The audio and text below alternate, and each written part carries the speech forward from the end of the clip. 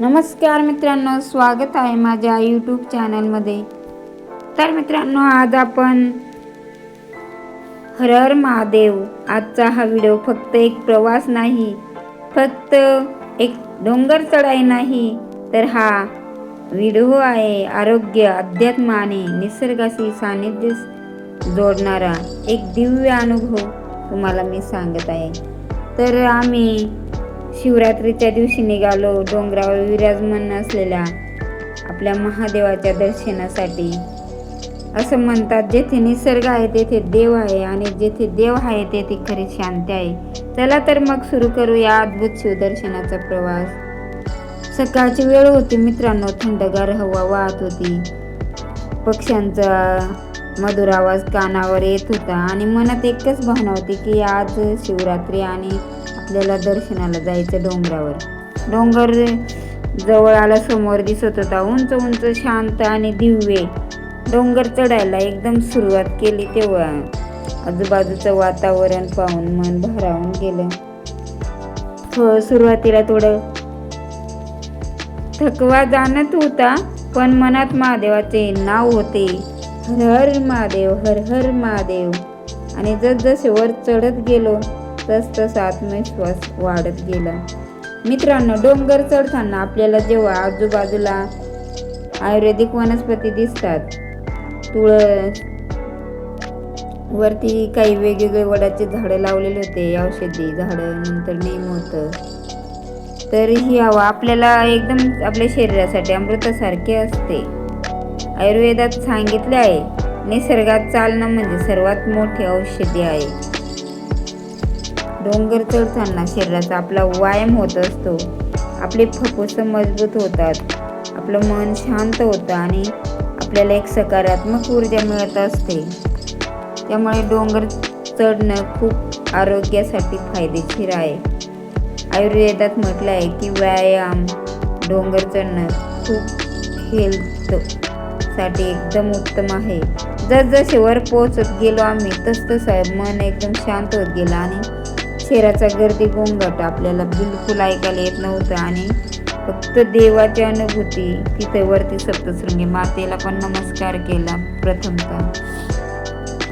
आणि वरती एक महादेवाची मोठी मूर्ती आहे, तसेच एक छोटं मंदिर, ते जुनी महादेवाची पिंड आहे.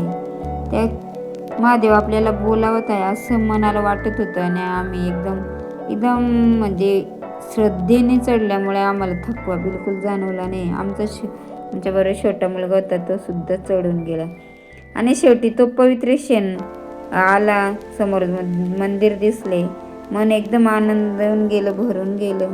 एकदम असं डोळे बंद केले आणि देवाला नमस्कार केला. आलं तो सांगता येणार नाही. आजूबाजूचा परिसर डोंगरावरून एकदम निसर्गरम्य दिसत होतं आणि सर्व चिंता दूर झाल्या. डोंगरावर बसले महादेव राजा, भक्तांसाठी उघडला दरवाजा. जो येतो श्रद्धेने दारी, त्यांचे जीवन होते सुखी सारी. मित्रांनो, डोंगर चढणे म्हणजे नॅचरल एक्सरसाइज होते. आपलं हार्ट चांगलं राहते, वेट कंट्रोल होत असतं आणि स्ट्रेससुद्धा कमी होतं. हे एक प्रकारचे आयुर्वेदिक उपचारच आहे.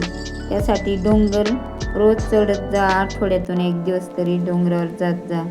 या प्रवासातून मला एक गोष्ट शिकायला मिळाली, जीवनात उंची गाठायची असेल तर कष्ट करावेच लागतात. डोंगर चढल्याशिवाय शिखर दिसत नसतं. तसंच महादेवाची कृपा मिळण्यासाठी श्रद्धा आणि संयम आवश्यक आहे. थकलेले पाय पण मन आनंदी होते. महादेवाच्या दर्शनाने जीवन सुंदर होते. निसर्गात मिळते खरी शांती, हीच आपली आहे जीवनाची खरी संपत्ती. आयुर्वेद सांगतो, निसर्गात वेळ घालवा, शुद्ध हवा घ्या, चालणे करा.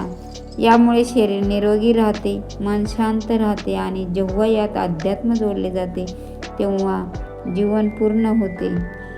देवासमोर उभे राहून मी फक्त एकच प्रार्थना केली, हे देवा, सर्वांना आरोग्य दे, आनंद दे, सर्वांना योग्य मार्ग दाखव. मित्रांनो, जीवनात कधी वेळ मिळाला तर नक्की डोंगर चढा, निसर्गात जा आणि देवाचं दर्शन घ्या, कारण येथे मिळणारी शांती कुठेतरी मिळत नाही. आणि निसर्गात आहे महादेवांचा वास, त्यांच्या दर्शनाने मिटतो सर्व त्रास. हर हर महादेवाचं नाव घ्या, सुखी होईल तुमचे जीवन तमाम. जर तुम्हाला व्हिडिओ आवडला असेल तर लाईक करा, शेअर करा, सबस्क्राईब करा आणि कमेंटमध्ये नक्की लिहा हर हर महादेव. Thank you for watching.